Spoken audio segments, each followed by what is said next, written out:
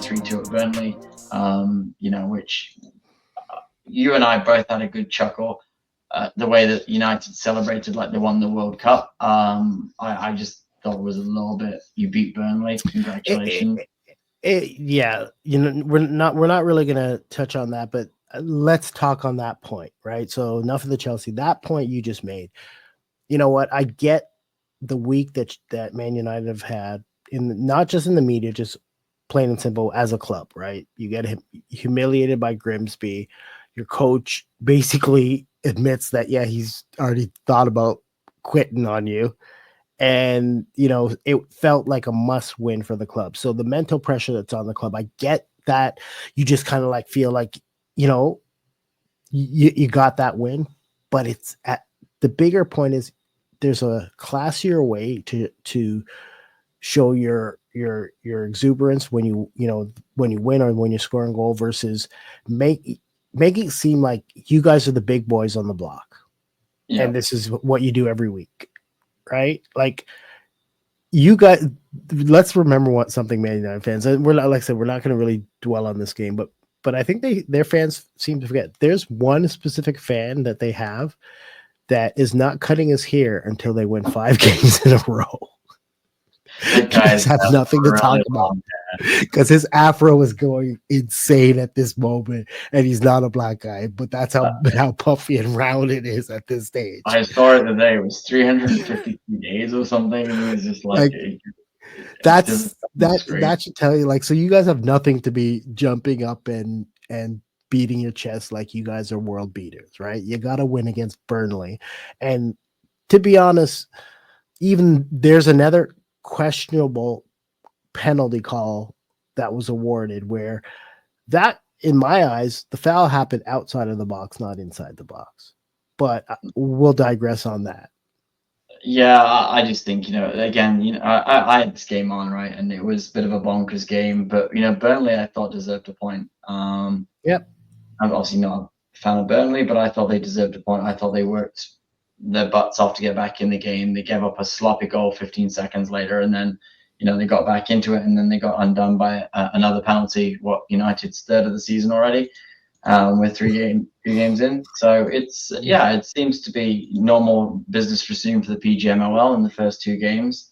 And then we can move on to your Liverpool Arsenal game of the week. No. Before we get into that game, let's go back a bit. Let's talk about another game that happened on Saturday.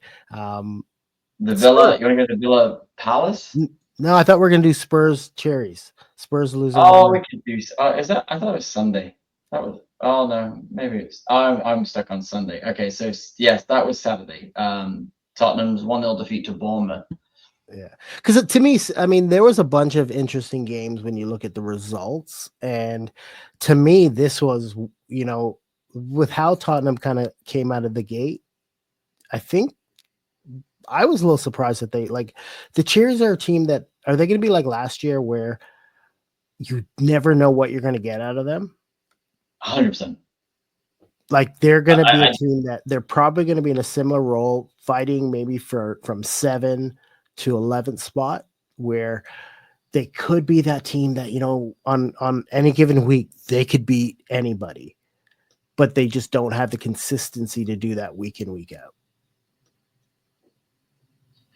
Yeah, I think that's fair to say, right? I think they're, again, because we don't really know, because even if you look at their business was all over the place, right? They they sold a lot of players early, and then they very much brought a few players in the last couple of windows. So, but they've only lost to Liverpool. So if you look at it, like they lost to us, but they still have 2 wins on the row, and they played a good game against Liverpool.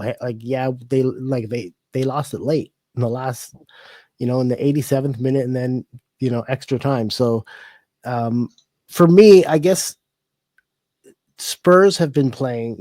That was their first loss. They have been looking so much better under Thomas Frank, night and day. And Bournemouth scored in the 5th minute, and they were able to defend it for the remainder of the game. And truthfully, from what I saw in that game, I don't think Spurs had anything in them to find the equalizer and I'm actually surprised the Cherries didn't actually score a second goal in the first half to seal the deal. But that was maybe an upset on paper. Well, it's Tottenham's at home, right? So you know what I mean. Like it's just I know everyone was like the Spurs won the first two games, but you beat Burnley, which again favorites to go down. Who did they beat the second game? I would have to actually go look at them specifically. I'm Oh, not. they beat City, which City lost again. Oh yeah, yeah, They beat yeah. City, which they always seem to beat City, which is, to be fair, like that seems to be their mojo. And then obviously when they beat City, you got the we're back, we're going to be top five. We just kind of heard all that again, right? Which we normally do. But I mean, I guess the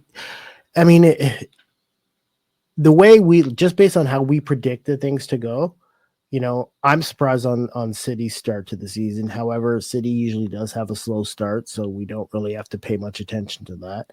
I think that a team like Newcastle has to worry about their start, right? They're in the relegation zone at the moment. Will they be there at the end of the season? No.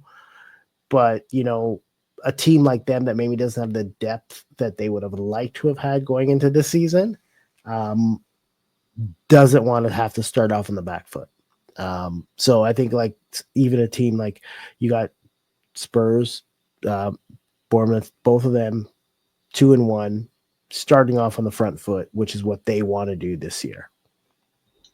Yeah, I think I'll see. I think their lack of goals. Obviously, they signed Kolo Muani today, but I think Spurs. I think Solanke's not fit. They're relying on Richarlison.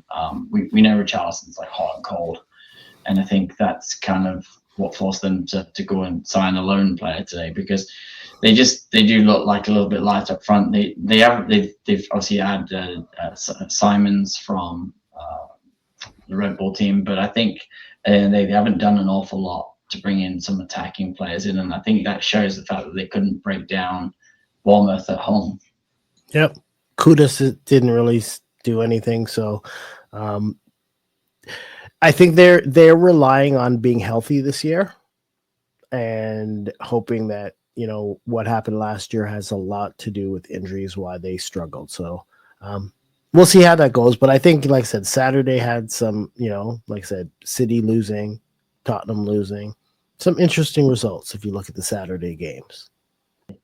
All right, folks, thanks for joining us today. I'm Sean, that's Noel. As usual, make sure you hit that subscribe button and, of course, the like button as well. We need the numbers. So thanks again. Have a good night. Talk to you guys soon. Thanks, guys.